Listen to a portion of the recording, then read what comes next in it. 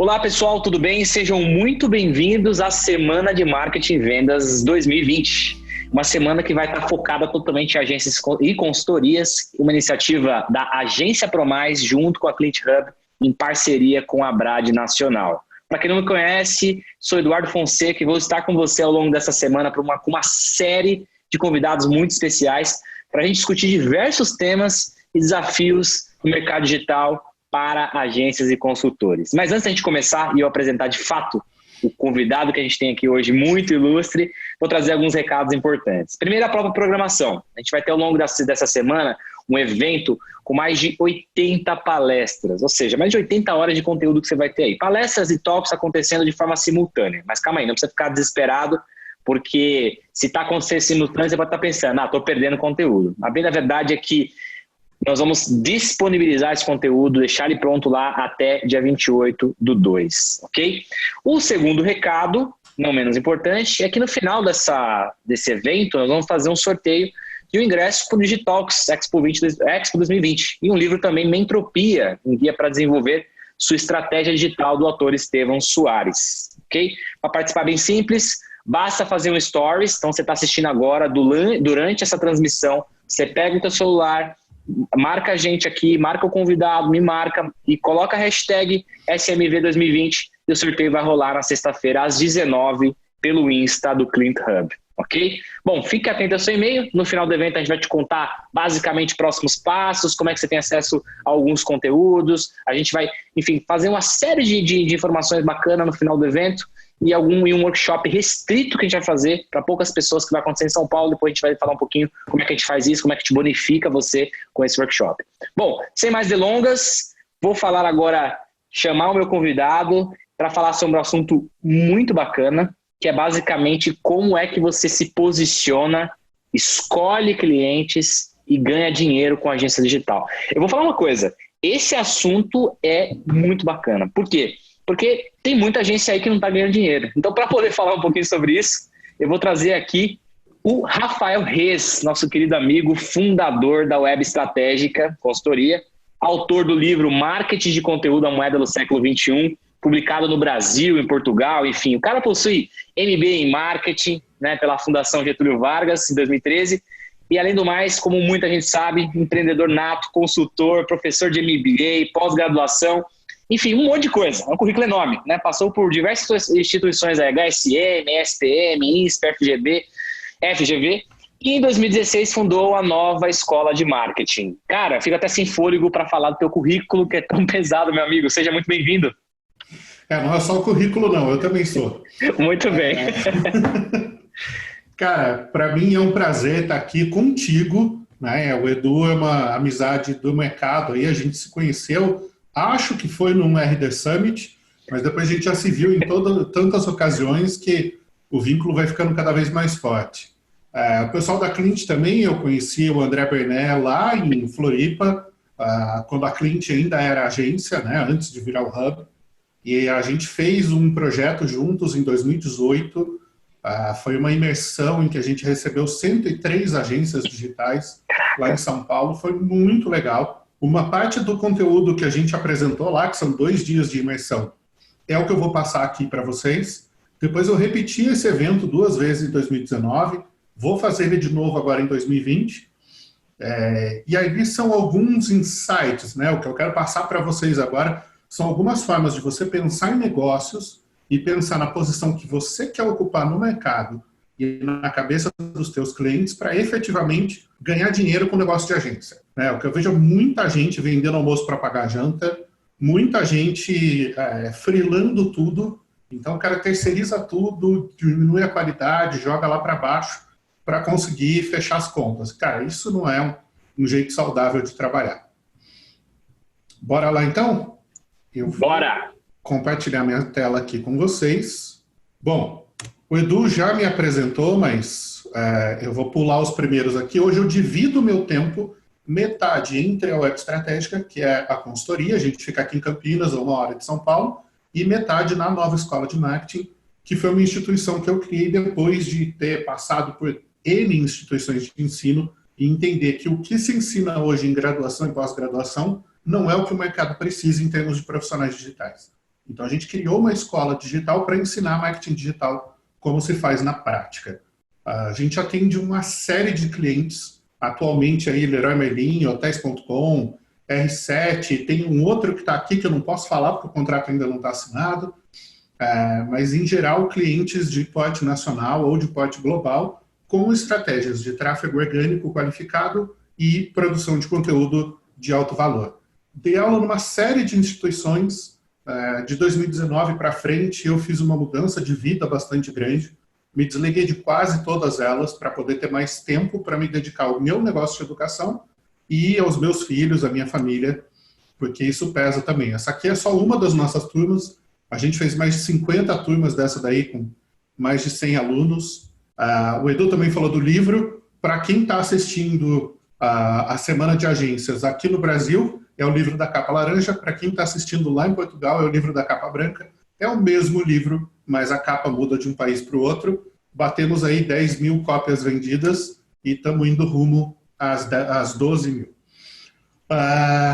2018, em agosto, a gente fez uma pesquisa sobre estratégias de marketing digital com mais de 1.000 empresas de pequeno e médio porte para entender como é que esses caras atuam em termos de marketing digital. O objetivo disso era direcionar as ações que essas empresas teriam que fazer e o que as agências têm que oferecer para essas empresas. 57% responderam que têm dificuldade em saber a melhor estratégia para usar para o seu negócio. O que eu vejo? Muita pequena empresa focando só no Instagram, ou só no Facebook, ou só em uma determinada estratégia. Isso aqui eu vou passar rapidinho, porque depois sobra mais tempo para a gente falar do que realmente interessa. Quais são os canais digitais, na opinião dessas 1.054 empresas, se eu não estou enganado, que mais geram resultados?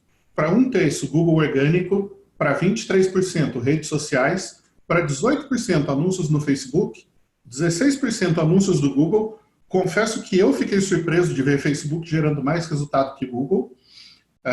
E depois 4% site. Blog e publicidade em portais praticamente não apareceram. Acompanhamento de métricas. Cara, hoje todo mundo que está no mercado de marketing digital sabe, eu não vou ficar batendo em cima dessa tecla, que não dá para trabalhar sem número e sem métrica de conversão. Não adianta eu ficar passando o relatório para cliente com likes e comentários. A gente tem que falar de venda, porque é o que bota dinheiro na conta. 30% das empresas acompanham as métricas semanalmente. Show de bola. 27% não possuem métrica para acompanhar. 27%. Cara, gasta dinheiro não sabe no quê. 23% só uma vez por mês. Cara, muito pouco. E 18% acompanham diariamente. Cara, é impossível você acompanhar a métrica diariamente. O cara que disse que está acompanhando diariamente provavelmente não entendeu a pergunta e ele está acompanhando métrica do departamento de vendas, mas ele não está acompanhando todas as métricas do negócio. E aí, último slide que eu puxei da pesquisa, 60% das empresas afirmam que o principal objetivo de marketing é aumentar as vendas. Perfeito, então a galera está entendendo o jogo direitinho. Aqui cabe um comentário.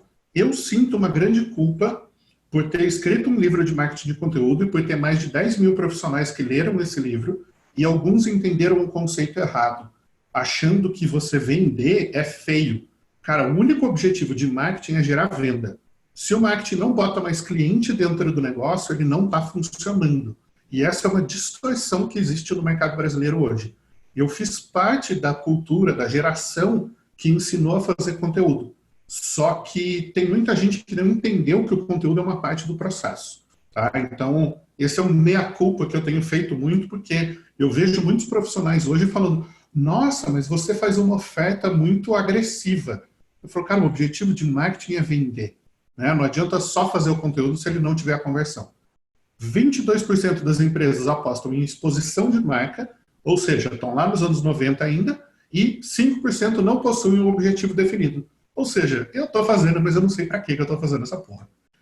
É uma coisa muito estranha o mundo. Vou puxar dados da pesquisa da Operante. Já saiu a pesquisa 2019.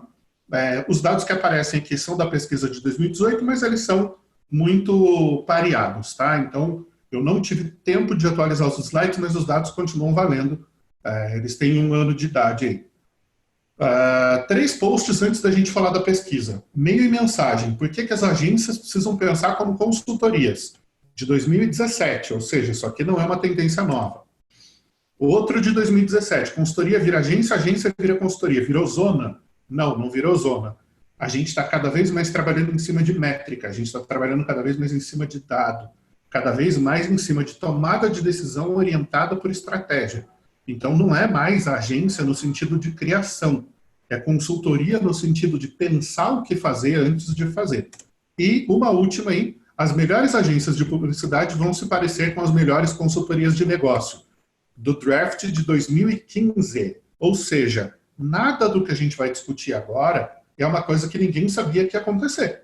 Já faz 5 anos que o mercado está falando que o caminho é esse. Mas tem muita gente que preferiu ignorar e continuar trabalhando da forma como trabalhava antes. Tá? Então é fundamental entender esse processo.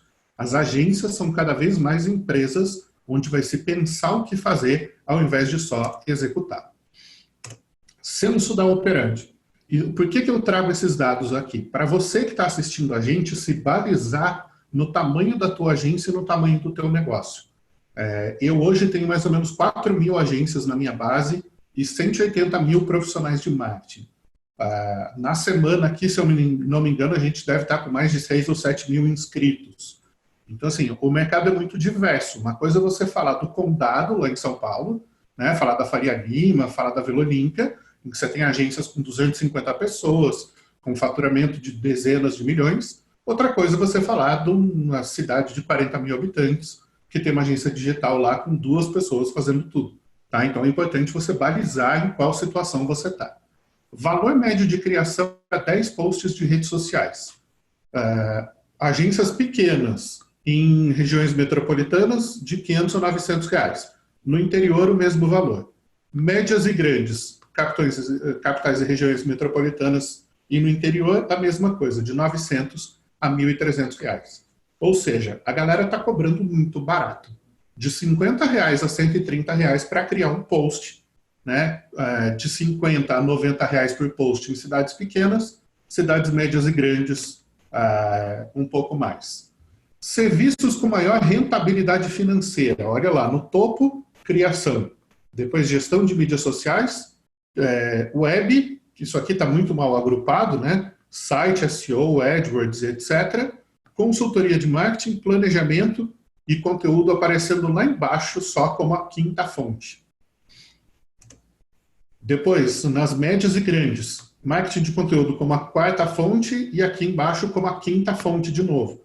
Por que eu estou destacando o marketing de conteúdo? Porque vai aparecer num próximo slide que a área mais desejada por essas agências é justamente criação de conteúdo. Aqui algumas frases que aparecem no final do relatório e que o Luiz Bono, da agência Fábrica, fez alguns comentários. Alguns que eu destaquei aqui. O Brasil é dominado por agências pequenas. Mais de 90% das agências no Brasil tem menos de 10 pessoas.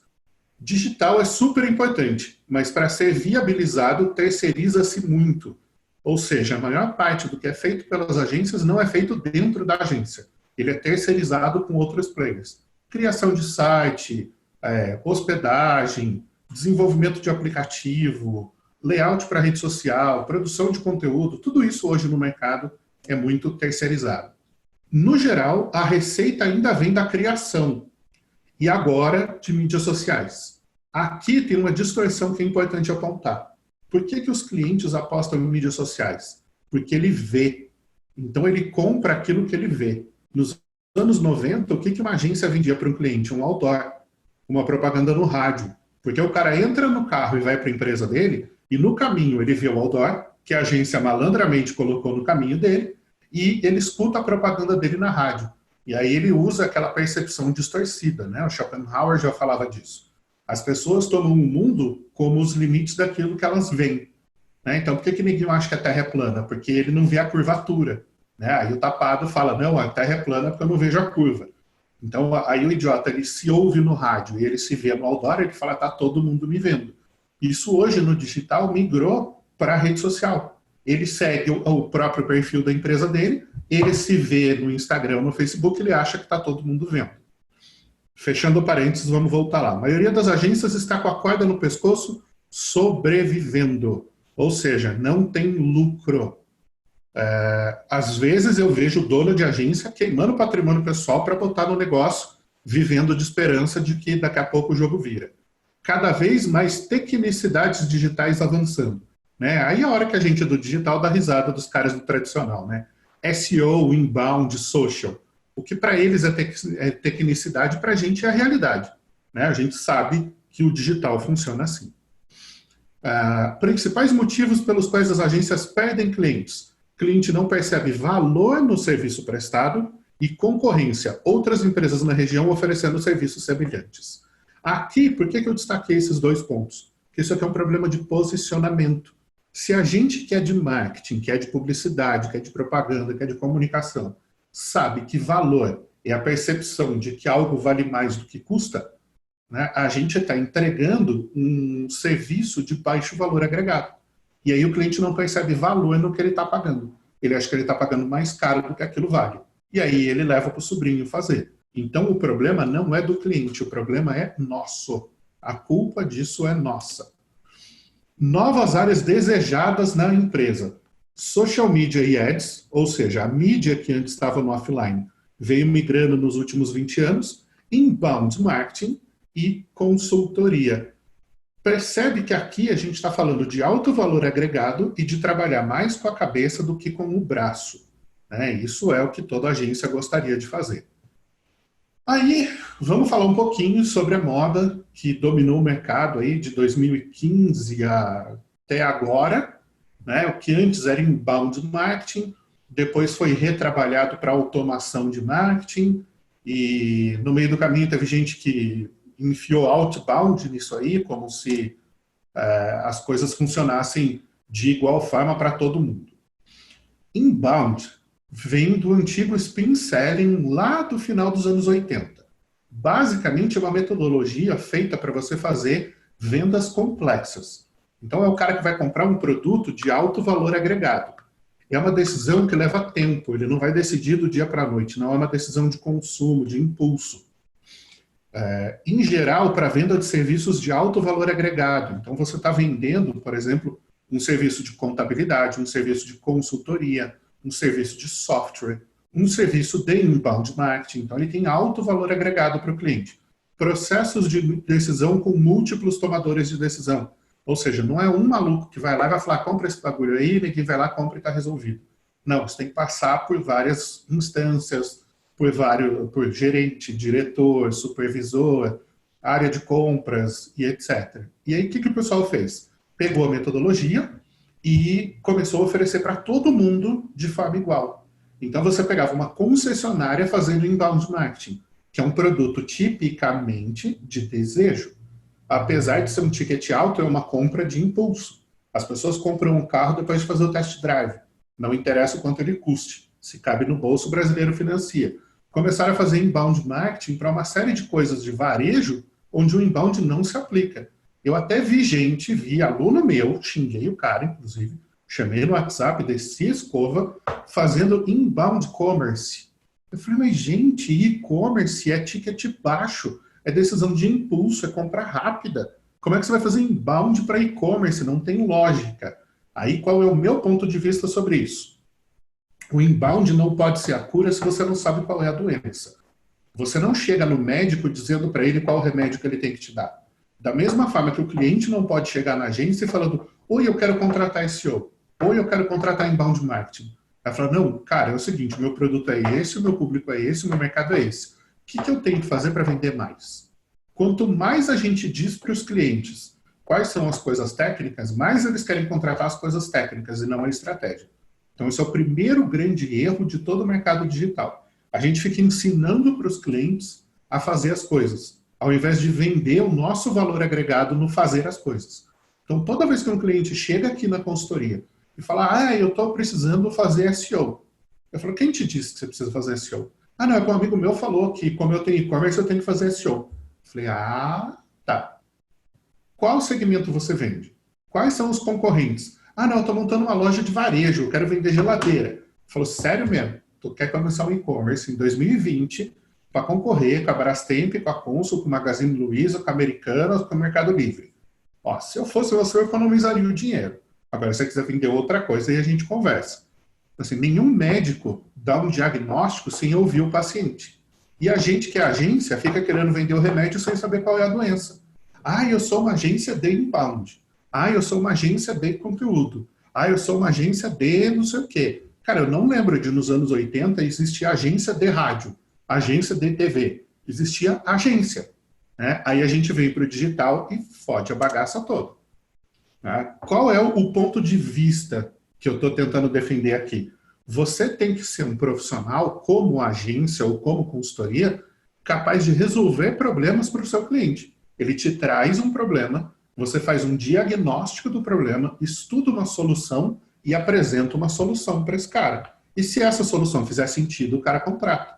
Toda vez que o cara chega para a gente e fala, ah, não, eu quero um orçamento, eu quero uma cotação. Eu falo, cara, eu não faço cotação, eu faço projeto. Eu vou entender o seu problema, vou desenhar um projeto, você vai aprovar o projeto. Uma vez que você aprovar o projeto, eu vou precificar o projeto e aí a gente vai negociar o valor. Ah, não, mas é que eu preciso do preço aqui porque eu estou cotando com mais 5 agências. Eu falo, então não vou nem te mandar, porque você não serve para ser cliente meu. Mas a gente vai chegar lá daqui a pouco. O ponto de vista é o quê? Vender a solução do problema, não a técnica. Você pode sim ter uma especialidade, assim como a gente tem. A gente foca em tráfego orgânico qualificado e SEO. Eu posso fazer outras coisas? Posso. Se fizer sentido para mim e para o cliente. Mas o meu core de competência é esse. Então, em geral, as pessoas que vêm me procurar já foram recomendadas por digamos assim, um clínico geral, que a solução delas está mais ou menos nesse caminho. Então, você chega no hospital com um mal-estar. Ah, eu estou com uma dor na barriga. Você vai passar por um clínico geral, ele vai dizer, olha, isso aqui pode ser estômago, isso aqui pode ser apendicite, ou isso aqui pode ser pedra nos rins. Vamos tirar um raio-x? Aí ele descarta a pedra nos rins. Aí ele faz uma endoscopia, não é o estômago. Ele fala, sinto muito, vamos ter que te abrir. Você está com um problema mais grave. Isso aqui foi uma situação que aconteceu com a gente uma vez. Cara, eu lembro de ter ficado arrepiado de raiva quando eu recebi esse e-mail. Foi uma indicação de uma empresa de automação, inclusive. Ah, eu já contratei o software e a empresa que faz o conteúdo. Agora eu só preciso de uma agência para botar tudo para funcionar. Eu falei, é tipo assim, você chegar na sala de cirurgia e falar, olha, eu já comprei a lâmina, eu já contratei a enfermeira, agora eu só preciso de um médico para fazer a cirurgia. Eu falei, porra, velho, mas que situação bizonha. Né? É como você chegar na linha de montagem da Volkswagen e falar, me dá um chassi, um motor e as portas, e eu vou pedir para um médico só montar o carro. Caraca, bicho! Então, assim, a gente está ensinando o mercado do jeito errado. A gente está ensinando as pessoas a contratar as coisas em partes, ao invés de pensar primeiro no que tem que fazer. Aí o cara vai num evento grande e ele ouve falar de software, ele ouve falar de técnica, mas ele não ouve ninguém falar de estratégia. Ele não aprende a pensar o que ele tem que fazer antes de sair executando. Aí o cara vai lá e fala, blog não funciona, eu fiz um blog e não vendi. Não, burro, quem disse que você tinha que fazer blog? Né? Quem é que te deu esse diagnóstico? Aí não, é que eu vi no evento que toda empresa tem que ter um blog. Eu falo, será que a sua empresa tinha que ter um blog? Né? Eu não gosto, por exemplo, de expressões como máquinas de vendas. Eu acho que elas criam falsas expectativas nas pessoas. E aí o cara chega e fala, não, eu preciso de uma empresa para montar minha máquina de vendas. Eu falo, cara, a própria expressão é meio, sei lá, para mim é meio valor desagregado. Né? Como se você fosse botar os clientes ali como carne moída e moer para sair do outro lado. Cara, não é uma máquina. Né? Não pode ser dessa forma. Obviamente que é uma técnica de copy. Né? Você cria um nome comercial que facilita o processo de venda, facilita para o cliente final entender. Mas isso também cria uma expectativa falsa. Aí a hora que o cara chega para uma agência e fala, eu preciso que você bote minha máquina de vendas para rodar. Aí o cara vira parceiro de um software, e tem vários softwares no mercado que tem programas de parceiros, e a galera começa a vender a solução para todo mundo, empacotada, como se ela fosse resolver o problema de todos os clientes. Falou, cara, quem eu conheço que vende pacote é traficante. Né? A agência não tem que vender pacote. Não é assim que o negócio funciona. Você tem que entender o que resolve o problema de cada um. E isso é posicionamento. né? E aí vamos falar especificamente de posicionamento. Né? Posicionamento é o conjunto de quê? De você cruzar três grandes estruturas. Um mercado, uma categoria e um diferencial. Então você pode ter uma determinada oferta, né? Quem você quer ser no mercado? Você quer ser uma agência que trabalha com volume, e aí você vai ter uma linha de produção para atender um monte de clientes ao mesmo tempo, ou você quer trabalhar num estilo mais consultivo, mais premium, em que você vai ter menos clientes com maior valor agregado. É a diferença da barbearia para o salão de cabeleireiro. Você vai na barbearia para fazer a barba e cortar o cabelo, cara, é 30, 40 mango e está resolvido. A mulherada vai no salão, é 250 conto para entrar. Então, é a diferença de modelo. Na barbearia, você tem um atendimento mais linha de montagem, porque o homem não liga muito para essas coisas. Agora, quando é um serviço feminino, não. Tem uma recepção, tem o cafezinho, tem a menina que faz não sei o quê, tem o bate-papo, tem a revista, tem não sei o que lá. É um evento mais preparado, é uma experiência do cliente mais completa. Segunda coisa, definir qual é o seu mercado específico. Né? Eu tenho visto muita gente hoje em dia querendo atuar com marketing médico. Falou, cara, você faz ideia das regras e das imposições que o CRM tem? De que hoje em dia você não pode fazer praticamente nada? Mesma coisa com marketing jurídico. É outro mercado que é muito complicado de atuar. Eu já tive no passado, na época que eu tinha produtora de sites, um software específico para concessionárias de veículos. Cara, a gente atendia 35 grupos de concessionárias. Tinha um grupo que a gente atendia que tinha 18 lojas. Então, eu fazia 18 sites para o mesmo grupo. Cara, a gente chegou a ter, sei lá, mais de 140 concessionárias no portfólio. Então, o nosso mercado era o mercado automotivo, especificamente concessionária. Então, quem que eu era no mercado? Eu era uma produtora de sites especializada em atender concessionárias. O que é que a gente fazia que ninguém no mercado fazia melhor? Site para venda de carro online. Então, o cara entrava, via o carro, pedia proposta, isso já caía num CRMzinho, já ia para a mesa do coordenador de vendas, do diretor de vendas, do gerente de vendas, e ele já puxava um vendedor para atender aquele cliente.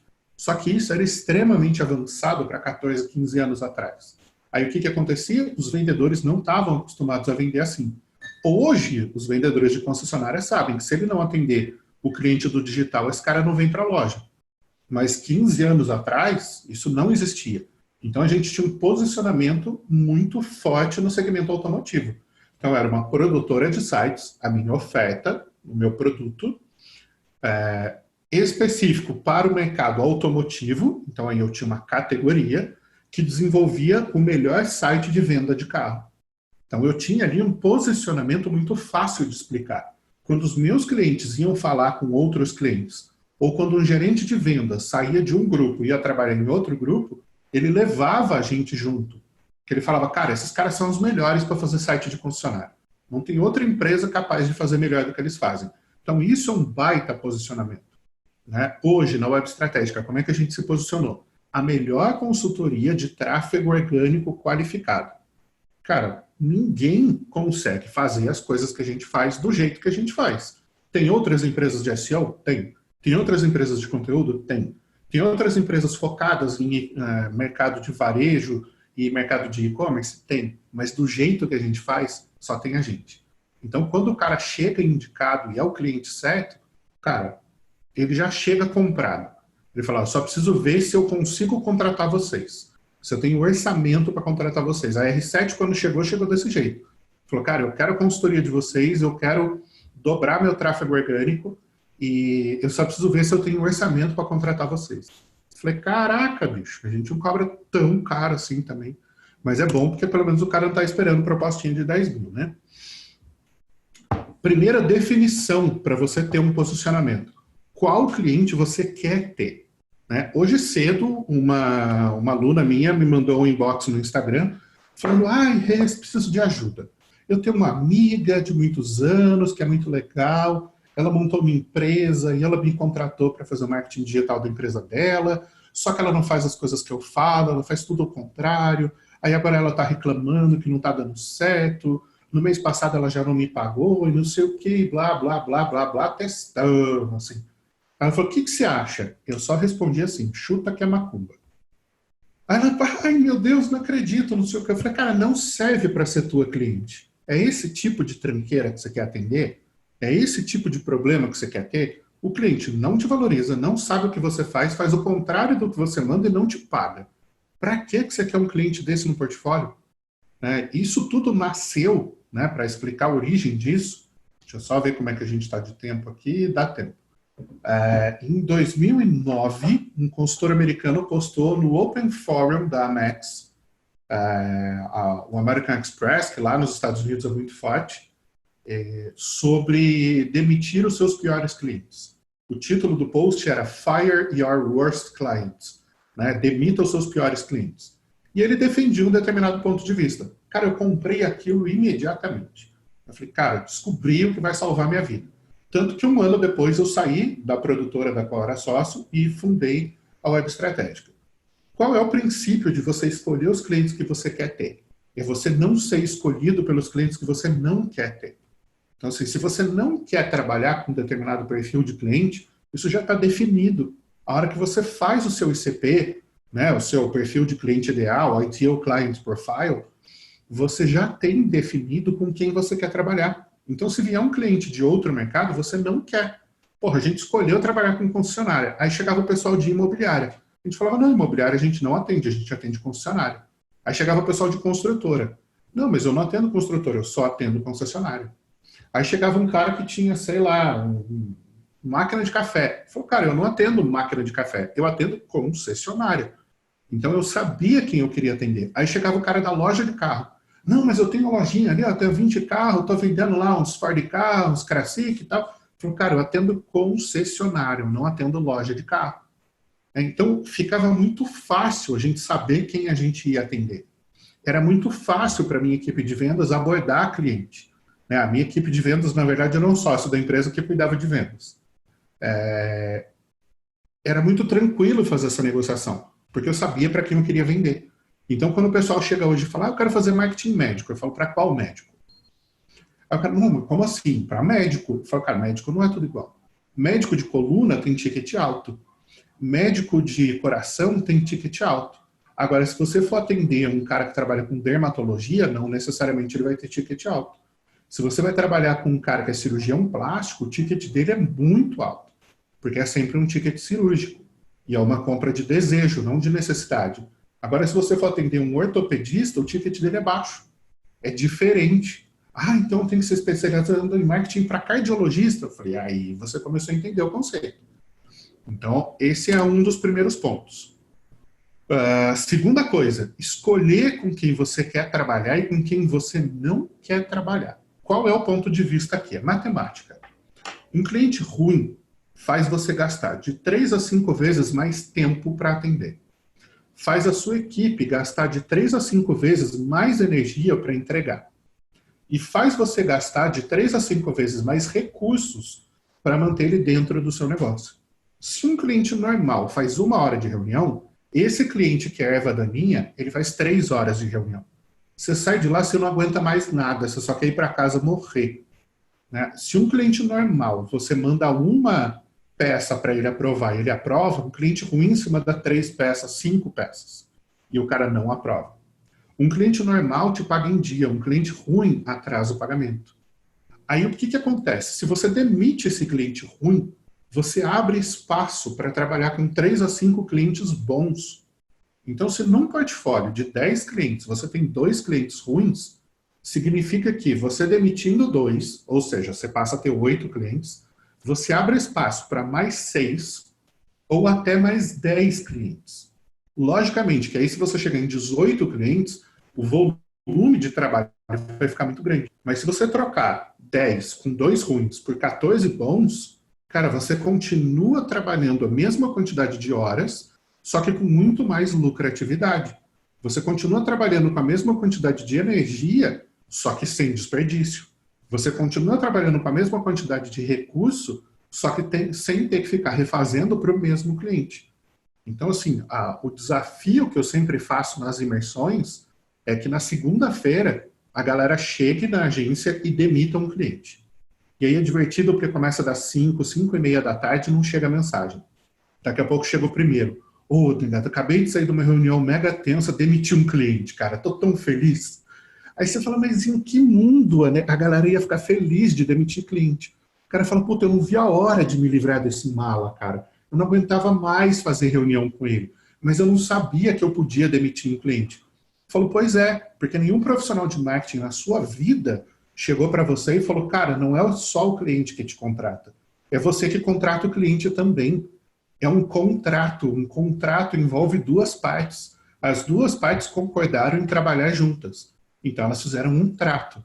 Se um dos lados quebra o trato, você pode fazer um distrato, que é um descontrato, que é uma demissão do cliente. Você pode fazer isso. Eu estou te autorizando a fazer isso. Sabe aquela do futebol, quem não faz toma? Né? Eu não entendo nada de futebol, tá? Só para deixar claro. Eu não entendo nada de política, não entendo nada de religião e nada de futebol. São 3 temas que inexistem na minha vida. Da mesma forma, quem não escolhe é escolhido. Se você não escolher os clientes que você quer, você vai ser escolhido pelos clientes que você não quer. Então, assim, cara, a gente escolheu com quem a gente queria trabalhar. Aí eu peguei, quais são as 4 maiores empresas de construção e reforma no Brasil? Vamos até elas. Quais são os maiores sites de reserva de hotel? Vamos até eles. Quais são as maiores empresas da área industrial? Vamos até eles. E aí, esse vai até eles não é marcar reunião de vendas. É assim, eu fui atrás da minha rede de contatos, descobri pessoas que trabalhavam lá dentro e consegui ser indicado para trabalhar lá dentro. E aí, hoje, a gente presta serviço para algumas grandes marcas com ótimos contratos. Por quê? Porque a gente foi indicado para trabalhar lá. Eu não fui lá vender uma coisa para o cara. Ele veio comprar o que ele sabia que eu fazia. O processo demorou? Demorou. Mas hoje a gente tem uma condição que, cara, pouquíssimas empresas no mesmo segmento têm. Aí eu já falei disso aqui, né? Demitir os seus piores clientes. Então fica o desafio. Depois dessa semana de agência, se você demitir um cliente, vá lá no Instagram, me puxa lá, @rafael.reis. É Reis, tá? É R-E-Z, não é Reis, não. E me manda um inbox. Fala, ô Reis, demiti um cliente, cara. Tô feliz pra caralho, só queria te agradecer. Aí eu vou tirar print e vou postar lá no Stories, tá? Outra coisa sobre posicionamento. Diferente é mais relevante do que melhor. Você dizer para todo mundo, somos a melhor agência de concessionárias do Brasil. É uma coisa. Agora, você dizer, nós somos a agência que mais converte vendas de carro, ou nós somos a agência que conhece a realidade do mercado automotivo. Você tem que se posicionar de um jeito diferente dos outros. Porque se você é melhor, você faz a mesma coisa um pouco melhor. Se você faz diferente do que todo mundo faz, você chama atenção. Não vou nem usar o exemplo brega da Apple, do Think Different, porque todo mundo já cansou. Né? Isso aqui é uma frase que eu puxei de um colega lá de Vitória, que é um cara que dá treinamento para corretores de imóveis, o Guilherme Machado. Ele fala, cara, os clientes raramente sabem do que eles precisam. Tá? Eles estão certos em relação ao problema, mas, em geral, eles estão completamente enganados em relação à solução. Tá? Então, deixa o cliente trazer o problema e dá a você a solução que ele precisa. É uma coisa que, no mercado de produtos digitais, o pessoal usa uma frase que, de primeiro momento, ela é meio chocante. Assim, a primeira vez que eu li, eu achei errado. Depois que eu fui entender o que essa frase significava, ela fez muito sentido na minha vida. Vendo o que o cliente quer, entrega o que ele precisa. Então, o cara chega aqui querendo contratar SEO, mas o que ele precisa é conteúdo, eu vendo SEO para ele. E aí eu entrego conteúdo. A primeira grande consultoria de SEO que eu fiz foi para o Imóvel Web em 2011. Foi a fase de ouro do Imóvel Web. E eles acharam que eles tinham um problema de SEO, e na verdade eles tinham um problema de arquitetura. E aí a gente corrigiu a arquitetura do site e isso refletiu o SEO. Mas ele tinha certeza que ele tinha um problema de SEO. Aí eu vendi uma consultoria de SEO para ele, fui para a equipe de arquitetura e resolvi o problema de arquitetura. E aí o SEO dele começou a funcionar. E aí o cara virou e falou, nossa, cara, você é muito bom. Então eu vendi o que ele queria e entreguei o que ele precisava. Cara, foi sensacional, foi um puta case, foi maravilhoso. Vender soluções ao invés de serviços isolados. É nesse ponto aqui que eu falo que eu não gosto de vender pacote. Cara, pacote, o nego vai comprar na boca. Falar, eu quero um pacote aí de 10 pito. Ah, eu quero um pacote de 10 back. Não, não é pacote, mano. É vender a solução. É assim, o que é que você precisa para resolver o problema?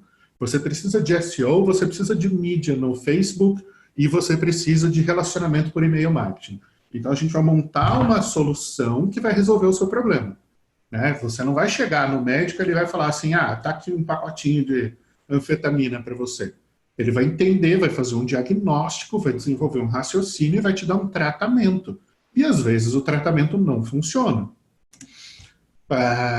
Cara, isso aqui é muito legal. Para quem gosta de investimentos, para quem investe na Bolsa de Valores, o Warren Buffett usa as mesmas regras de investimento desde que ele começou a investir. Ele compra empresas que fabricam produtos e que vendem serviços que as pessoas vão ter que utilizar mesmo em tempos de guerra. Então, assim, cara, pode estar caindo o mundo, tá comendo tiro lá fora. Todo mundo vai precisar tomar banho, vai precisar de shampoo, vai precisar de lâmina de barbear. O Edu não, né? Eu que faço a barba, eu preciso, né? Vai precisar de cueca, vai precisar de absorvente, vai precisar de papel higiênico. Porque, assim, cara, não dá. Né? Na musiquinha é engraçado falar limpa com jornal. Mas, cara, não tente fazer isso em casa, tá? Não que eu já tenha feito. Então, assim, você precisa comprar esses produtos. O que ele faz? Ele compra ações das empresas que fabricam esses produtos. Então, você foca naquilo que não vai mudar. Se você pega um segmento de mercado que está sendo extinto, você vai se ferrar. Por exemplo, fazer marketing para contabilidade. O profissional de contabilidade, ele tende a se extinguir entre 5 a 8 anos no mercado. Vai ser tudo feito por software. Hoje não é o contador que diz quanto imposto a empresa tem que pagar, é o governo que já manda as DARF, as GARI, as guia, tudo para você pagar. Isso já volta da Receita Federal para você. E ai de você se você sonegar imposto. Porque os caras vão achar o dinheiro e vão te pegar. Cara, pegaram os deputados, então eles pegam quem eles quiserem. Últimas dicas aqui antes da gente fechar e bater um papo no final. Pensar como um chefe de cozinha. Cara, o que um chefe de cozinha faz? Ele inventa uma receita e ele testa várias vezes essa receita. Até ele descobrir a quantidade certa de tempero, o tempo que ele tem que ficar grelhando a comida, qual sabor dá contraste com o outro e tal. Aí ele ensina os cozinheiros a fazerem a mesma receita do jeito que ele faz, na sequência que ele faz, com os ingredientes que ele usa, para que o prato saia exatamente como se fosse ele que tivesse feito. Numa agência ou numa consultoria, você vai ter que criar processos que permitam que o trabalho seja entregue com a mesma qualidade que você entregaria, né? Que os fundadores entregariam ou que os seniors da empresa entregariam. Então, o papel do diretor de arte era garantir o quê? Que independente do designer que fosse fazer a criação, a identidade visual do cliente estivesse presente, né? Porque apesar dele ser um diretor de arte, ele não faz arte, ele faz marketing, né? Então ele tem que vender. Então criar, entender essa mentalidade de processo é fundamental. E última dica aqui, esquece a educação formal. Hoje mesmo no Instagram uma menina me perguntou, eu acabei a minha primeira faculdade, eu estou pensando em fazer uma segunda faculdade e tal, qual você me recomenda? Eu falei, filha, por que você acha que uma segunda faculdade vai te dar qualquer diferencial? Hoje em dia tem nego com pós-graduação, com MBA, com vivência lá fora, desempregado. O que vai te dar diferencial de mercado é o que você sabe fazer e não quantas faculdades você acumulou. Se você já fez a primeira, você deve ter aí entre 22 a 23 anos. Você vai fazer mais uma, você vai chegar no mercado com 27 anos. Cara, 1/3 da sua vida já foi. Você jura que você acha que 2 faculdades vão te diferenciar em relação a uma só? Falei, a partir de agora você já deveria saber, mas como ninguém te disse, eu estou te dizendo. O que vai te ensinar é livro, curso livre e prática. É fazer, é testar, colocar essas coisas em prática, entender essa mentalidade de negócio e se posicionar como uma agência ou como uma consultoria que faz o que ninguém mais faz. Tá? Para quem quiser acompanhar um pouquinho do que eu faço aí, a Web Estratégica, você der um Google, você acha os nossos canais ali, a Nova Escola de Marketing também, e o meu Instagram lá, para quem quiser dar risada nos stories. Eu tento fazer diariamente pelo menos 30 respostas, menos de sábado e domingo, que eu estou com os meus filhos. Então, saí aqui da transmissão. Cara, acho que assim, de material era isso que eu tinha para compartilhar, mas aí se Muito quiser bem. saltar algum tópico. Vamos lá. Cara, primeiro, muitíssimo obrigado, foi excelente. O pessoal que está assistindo a gente aí, com certeza foi bombardeado de conteúdo. Tem uma coisa que me chama muita atenção, e acho que quem conhece e acompanha o Rê sabe, é o lado excêntrico que ele tem, né? E às vezes, como posso dizer, né? Ácido. Isso é bom, porque às vezes são muitas verdades que não são ditas, né, Rê? Muitas vezes vamos dar um pouquinho de risada, mas, cara, são tapas na cara que sim, eu dou muita risada nos bastidores ali, às vezes eu dou uma curtida, mas eu dou muita risada com seus stories. Mas, cara, é quem você é, né? A autenticidade de quem você é tá ali, né? Mas vamos lá. Pensando agora nessa porrada de conteúdo que a gente teve aí, eu acho que isso daí é uma parcela muitíssimo pequena daquilo que você entrega, por exemplo, na imersão que você faz para a agência. Certamente é uma parcela de 0,5% do que você entrega lá. Mas o que você diria, né, além de dizer para a gente depois contar um pouquinho sobre o que é essa imersão, o que você diria que é crucial, né, digamos assim, três tópicos cruciais que não fazem as agências de fato virarem essa chave e começarem a vender de verdade? Eu passei por várias conversas, né, com diferentes palestrantes, e o que eu noto é sempre um discurso da agência que ainda trata muito como arte, né, tem um esmero muito grande sobre a propriedade daquilo que se cria, esse é um perfil, né, importante.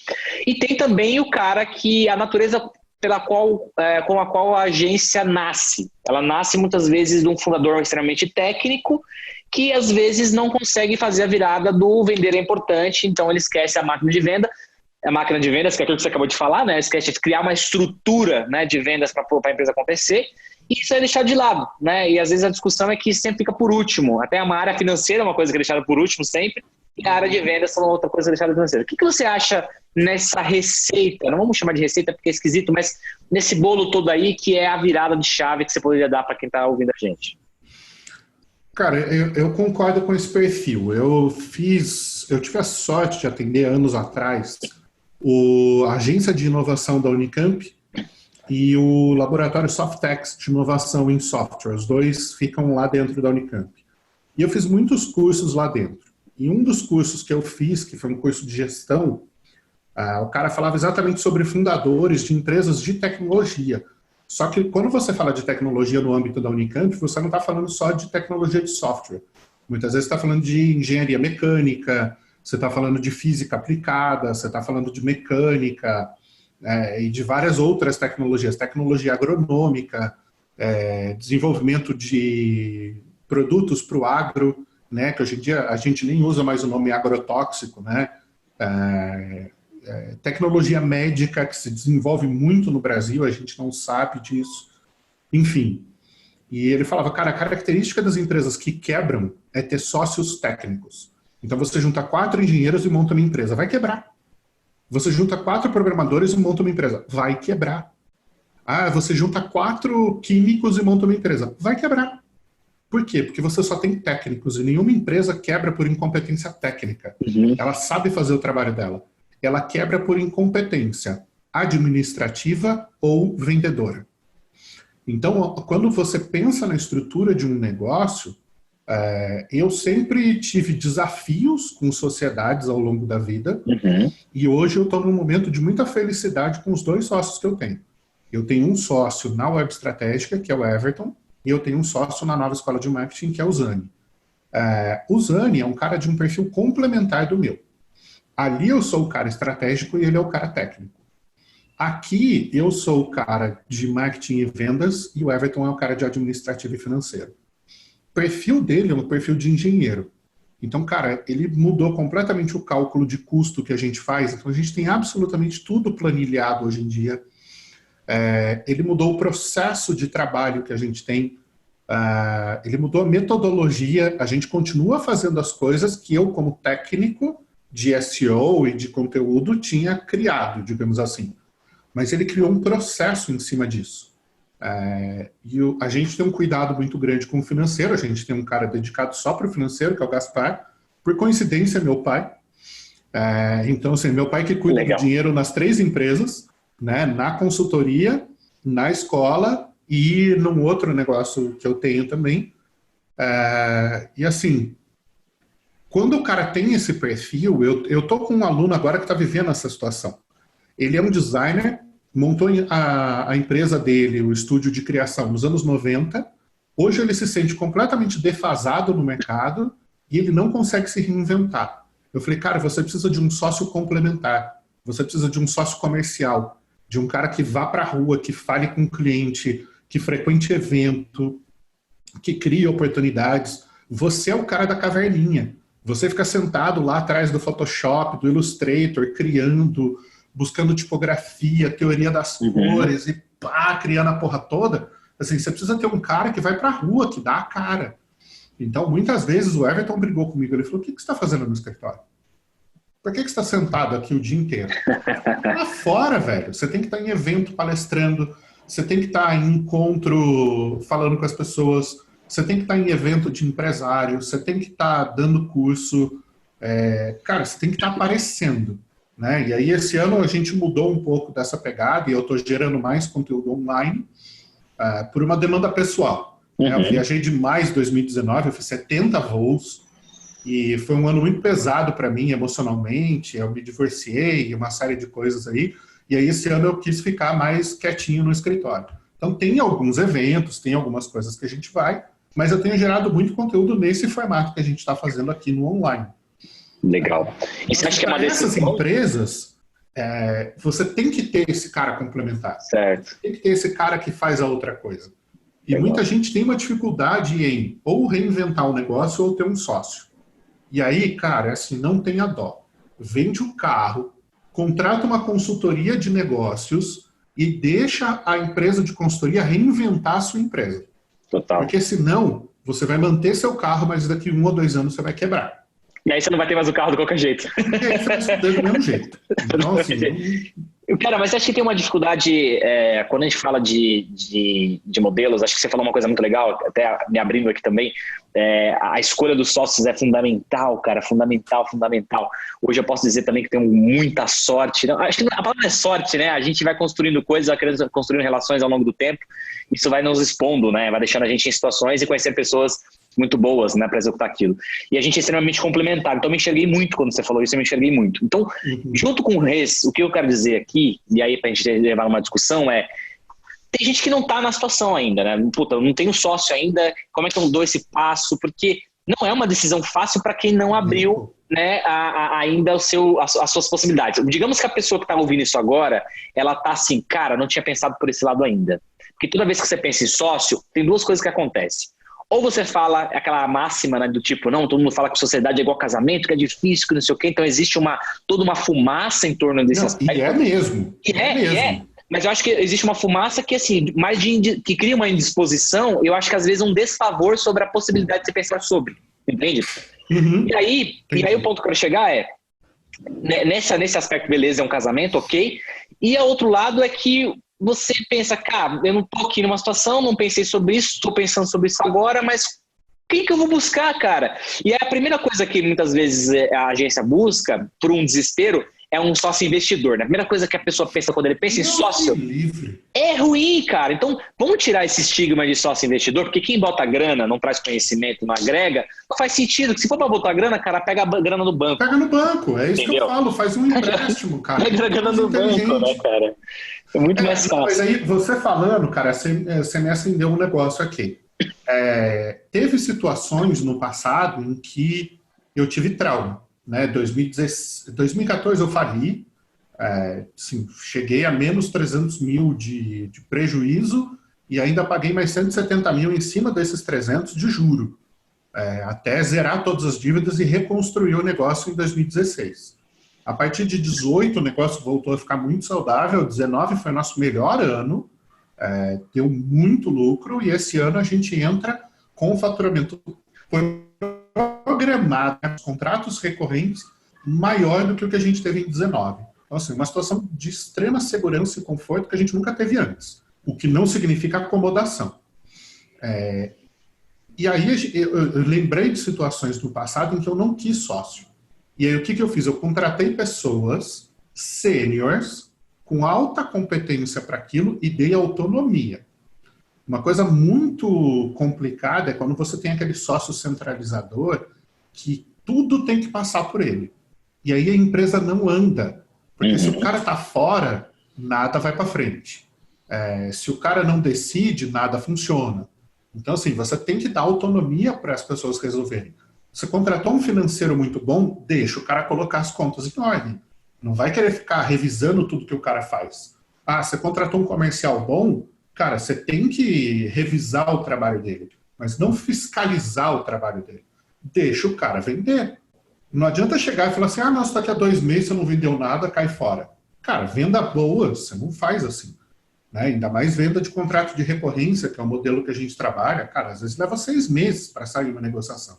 Óbvio que também você não vai ficar 6 meses vendo o cara não fazer nada e falar, não, mas é natural que demore. Né? Então, assim, a gente tá subvertendo uma lógica aqui, fica até a dica para a galera, para algumas funções a gente não está contratando gente muito nova, não. Eu não quero millennial, eu quero gente sênior. Então, para comentários em redes sociais, para produção de alguns tipos de texto, para revisão de texto, eu estou contratando gente 50 a mais. Porque é gente que já está numa outra fase na carreira de desaceleração, já quer mais sossego, está pensando em trabalhar em casa, ou está vivendo aquela síndrome do ninho vazio, os filhos saíram, foram fazer faculdade, e a pessoa está procurando uma recolocação, alguma coisa assim. Cara, essas pessoas têm experiência de vida, elas sabem trabalhar em equipe, elas sabem conversar, elas têm paciência para entender os processos, elas sabem lidar com a ansiedade dos mais novos sem incorporar aquilo como uma coisa ruim. Cara, tem sido uma baita experiência pra gente trabalhar com gente mais velha. Né? Eu falo mais velha como se eu fosse novinho, né? Eu tenho 40 anos, meu pai tem 65. A gente tem aqui 2, 3 meninas na equipe que tem 20 anos, 19 anos. Mas, cara, você misturar de acordo com a função, a senioridade, cara, é muito legal. Em evento eu tenho tido essa experiência. Em vez de contratar aquele monte de menina novinha, bobinha para evento, não, a gente está contratando um monte de coroa. E está sendo muito mais legal. Porque os caras não folgam com elas. As pessoas, em geral, no evento respeitam muito mais. Elas têm muito mais segurança para dar as informações, para fazer as coisas acontecerem, que é uma coisa que as menininhas bobinhas não conseguiam fazer. Total. Então, assim, é uma mudança de mentalidade, da forma como você enxerga as coisas. E aí esse é um caminho que você está falando, um caminho para aquele que opta por pensar numa estrutura... Por não ter sócio. Por não ter sócios. Acho que não tem certo e errado, né? O que eu falo muito nessas discussões é que acho que a gente tem experiências semelhantes nesse aspecto, principalmente quando você fala em 2014, né? 2013, 2014, quando você teve, né, a quebra ali. Cara, você falou em 300 mil, eu me identifiquei, cheguei a dever quase 1 milhão na praça. Na verdade eu quebrei, né, como empresa. Por quê? Porque eu estava muito focado em operar, em fazer a coisa acontecer. Eu tinha uma visão ainda muito empreendedora, falei, cara, vou querer ser investidor agora, deixa eu pegar esse dinheiro que está em caixa, deixa eu montar uma empresa, aquela coisa toda. Quem nunca passa por situações semelhantes nesse sentido, tá? Mas qual foi a grande virada? A grande virada foi que, ao olhar para esse cenário, eu vi que eu não tinha algumas competências importantes. Primeiro, eu comecei a buscar essas competências, mas o ponto principal muitas vezes você não tem o perfil, cara, para alguma posição específica. Às vezes você não está numa zona de conforto para aquilo. E tá tudo bem, tem hora que você não está numa zona de conforto para aquilo e vai ter que fazer, porque não tem outro jeito. Mas você vai ter que encontrar mecanismos, e aí o Reis pode dizer se ele concorda comigo ou não, mecanismos para fazer essa transição. Seja buscando um sócio, seja buscando uma liderança que vai te sustentar nesse sentido, te dar esse apoio nesse sentido, porque, cara, o negócio vai ter um teto, esse teto vai ser você. Então, enquanto o negócio não andar sem você, eu falo com, cara, hoje, para eu estar aqui com o Reis falando sobre isso, falando muito a parte educacional, trazendo conteúdo, é porque tem uma empresa que está andando, cara. Uma empresa que está andando, eu tenho sócios que têm suas funções respectivas, e 2 coisas foram fundamentais, muito fundamentais. Financeiro, hoje a gente tem um financeiro que a gente se orgulha, foi case nosso, contábil. Hoje a gente tem uma área comercial que funciona, que trabalha. Ou seja, sem essas 2 fórmulas aí, não ia funcionar nunca, mas porque temos 4 sócios fundamentais na história. Nós temos um que é esse cara que bota cara no mercado, que sou eu, né, que é o caso do Reis também. Eu tenho um cara muito focado, engenheiro ali, que é o CEO, que ele está olhando para todos os processos, etc e tal. Tem o cara da operação, que está olhando para os processos operacionais, que é um dos sócios, e tem um cara que cuida dos clientes, é o cara que gosta de ser o farmer ali. Essa é a diferença, né, da coisa. Enfim, só um parênteses aqui, Tarrês, mas é que eu me identifico muito com o que você vem falando aí. Não, mas é uma coisa que, assim, eu acho que a nossa função, a partir de um determinado momento do mercado, é justamente passar essas experiências para frente. Né? A ideia da gente estar aqui fazendo a semana e estar gerando esse conteúdo é justamente contribuir com a história dessa galera. Né? Às vezes, eu vejo caras da mesma geração que eu, que começaram no mercado de SEO junto comigo ali, 2007, 2008. Hoje tem caras literalmente passando necessidade.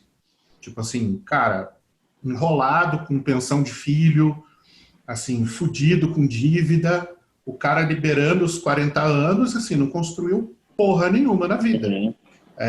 Ao mesmo passo que eu vejo gente com 23, 24 anos com puta talento, criaram agências focadas em social, por exemplo, e voaram. Uhum.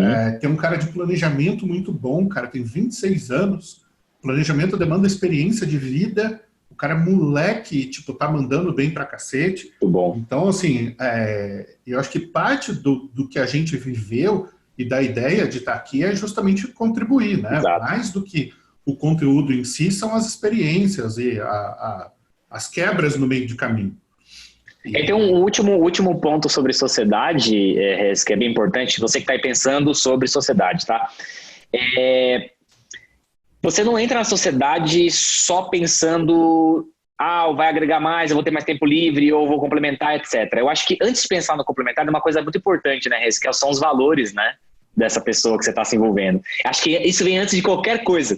Porque não é o papel que vai segurar você de fazer uma coisa errada ou uma coisa certa. Né? O que vai você são seus valores, cara. Então, assim, tem que fazer o papel, tem que deixar tudo certinho. Cara, a gente tem uma coisa que a gente se orgulha muito, a gente não tem só um contrato social, a gente tem um acordo de acionista, a gente tem os do's and don'ts, a gente tem coisas que são importantes para pensar, porra, se o cara decide tirar um ano sabático, por exemplo, se o cara decide, sei lá, se o cara morre, tudo isso a gente colocou, cara, porque independente da amizade, você tem ali um elemento importante que é para garantir a segurança, não só das pessoas que estão ali, né, mas da perenidade da empresa como instituição.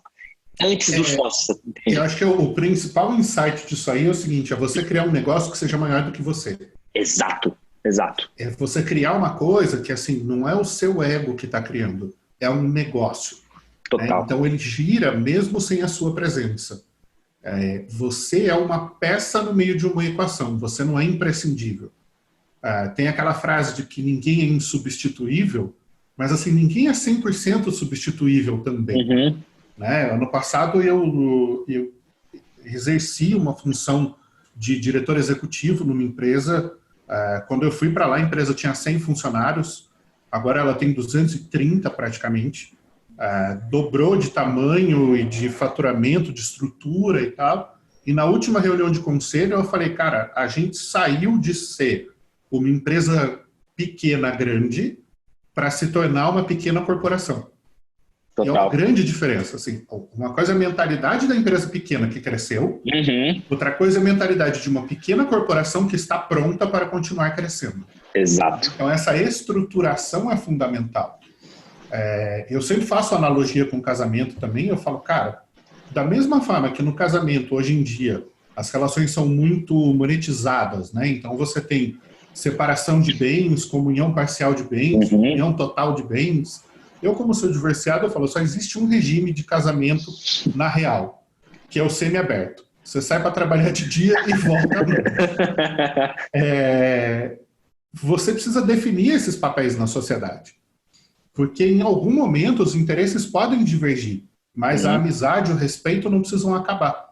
Exato. Eu saí de uma sociedade em 2016 praticamente brigado. Um ano antes eu já tinha cantado a bola. Éramos 3 sócios. Eu falei, caras, é o seguinte, eu estou tendo um desgaste muito grande. Né? Falei isso para o sócio com quem isso estava acontecendo. Falei, eu não aguento mais um ano assim. Eu quero sair. Ele falou, não, eu vou mudar meu jeito, eu vou mudar minha forma de trabalhar, eu quero que você fique. E eu, como sou uma pessoa de boa índole, acreditei. E durante aquele um ano, a relação degringolou completamente. Aí, no ano seguinte, quando a gente fez a convenção de novo, eu falei, caras, é o seguinte, eu não estou mais pedindo para sair, eu estou comunicando o meu desligamento. Porque a partir de agora, a gente está perdendo o respeito. E o que vem depois que você perde o respeito é muito feio. É muito ruim. Então, eu não sei se eu vou conseguir preservar a amizade, mas pelo menos a dignidade eu queria preservar. Então, assim, eu prefiro me retirar do negócio, eu não estou vendendo a minha parte. Eu estou simplesmente indo embora. Eu estou pegando as minhas coisas e voltando para casa. Eu vou voltar a me dedicar para aquilo que eu gosto de fazer e não para isso aqui que foi um desvio na minha carreira. E assim, hoje eu voltei a falar com ele, a gente voltou a ter uma relação civilizada e tal. Existe um respeito grande dos dois lados, mas não é mais aquela coisa que era quando a gente começou a trabalhar junto. Então, assim, isso me ensinou uma lição muito forte. Então, hoje, toda vez que eu sinto que alguma coisa está errada, eu acho que assim, com essa eu encerro. A minha tia me disse isso recentemente. Ela falou, cara, jamais vá dormir sem ter resolvido um problema. Assim, nunca, nunca. Nem no seu casamento, nem na sua sociedade, nem com os seus funcionários, nem com seus amigos, nem com seus vizinhos. Não vá dormir sem ter resolvido o problema. Porque você acorda no dia seguinte, você não quer voltar no assunto, e aí você empurra para debaixo do tapete e você larga aquela merda para trás. E, cara, a única forma de fazer as coisas funcionarem é com conversas francas e sinceras. Então, assim, teve um problema, chama a pessoa, olha no olho e fala, cara, aconteceu essa situação, eu estou desconfortável, eu quero falar sobre isso e eu acho que a nossa relação merece esse nível de respeito. Então, você resolve o problema antes de deixar o problema crescer sozinho. E isso, cara, isso salva casamentos, isso salva relações de pais e filhos, isso salva amizades, salva sociedades. Acho que você manter o respeito e a dignidade com as pessoas é colocar o ser humano à frente dos negócios. E, cara, isso é fundamental. Então, eu faço isso com os clientes também. E isso independe dos papéis, né? Independe do papel que você coloca no papel, independe dos contratos. Porque aí é uma questão de maturidade, né? Exato. Então, assim, exato. Eu tenho um cliente, cara, o Daniel, eu atendi ele durante 5 anos. A empresa era da mãe dele, ele era o gerente de marketing, a gente foi criando uma proximidade muito grande. É um cara que eu gosto pra caramba, só que chegou um momento em que eu não conseguia mais atendê-lo. O custo que ele pagava, tipo, era 1/5 do que eu estava cobrando.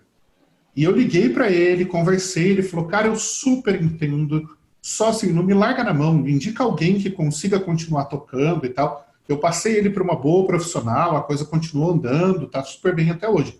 Ele me mandou um livro de presente, eu sou viciado em carro antigo, né, eu gosto de Mustang. Ele me mandou um livro de Mustang, cara, de 40 por 40, assim, deve ter custado uns 400 pau aquele bagulho. E, assim, maravilhoso, com uma carta agradecendo.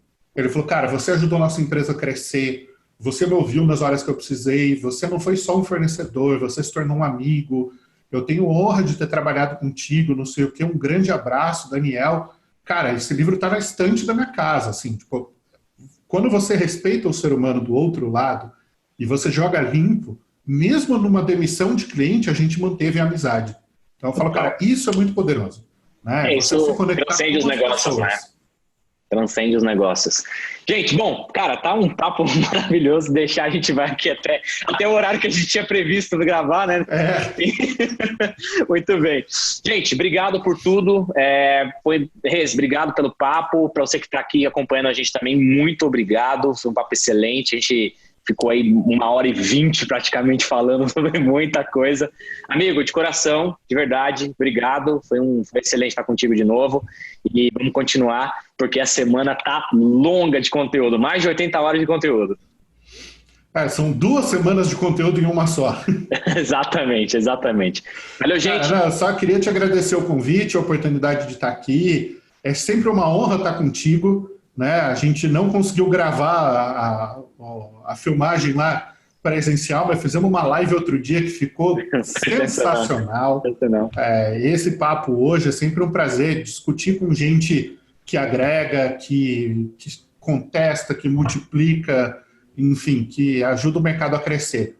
Né? A gente que está na vanguarda do mercado, que está na ponta, a gente tem a obrigação de ajudar o nosso mercado a crescer, assim como lá atrás muitos caras me ensinaram, me pegaram pela mão e me ajudaram a crescer. Hoje eu sinto que é a minha obrigação é ajudar a galera também a crescer, a se posicionar, a ganhar dinheiro, a estar feliz com o que faz. Acho que esse nível de realização profissional é muito foda. Eu vejo isso em você, eu vejo isso no teu time. Valeu, cara. É recíproco. E é uma coisa que assim, trabalhar com gente boa dá gosto. É muito bom. E aí os papos fluem legal, né? Gente, seguinte, obrigado, Rês. Vamos agora, quem tiver aqui, tira uma fotinha que a gente combinou, bota a hashtag, faz um sorrisinho aí, Rês, pra começar a tirar. Maravilha. Cara, obrigado, gente, valeu, tudo de bom, fechou? Abraço, tchau, tchau. Até.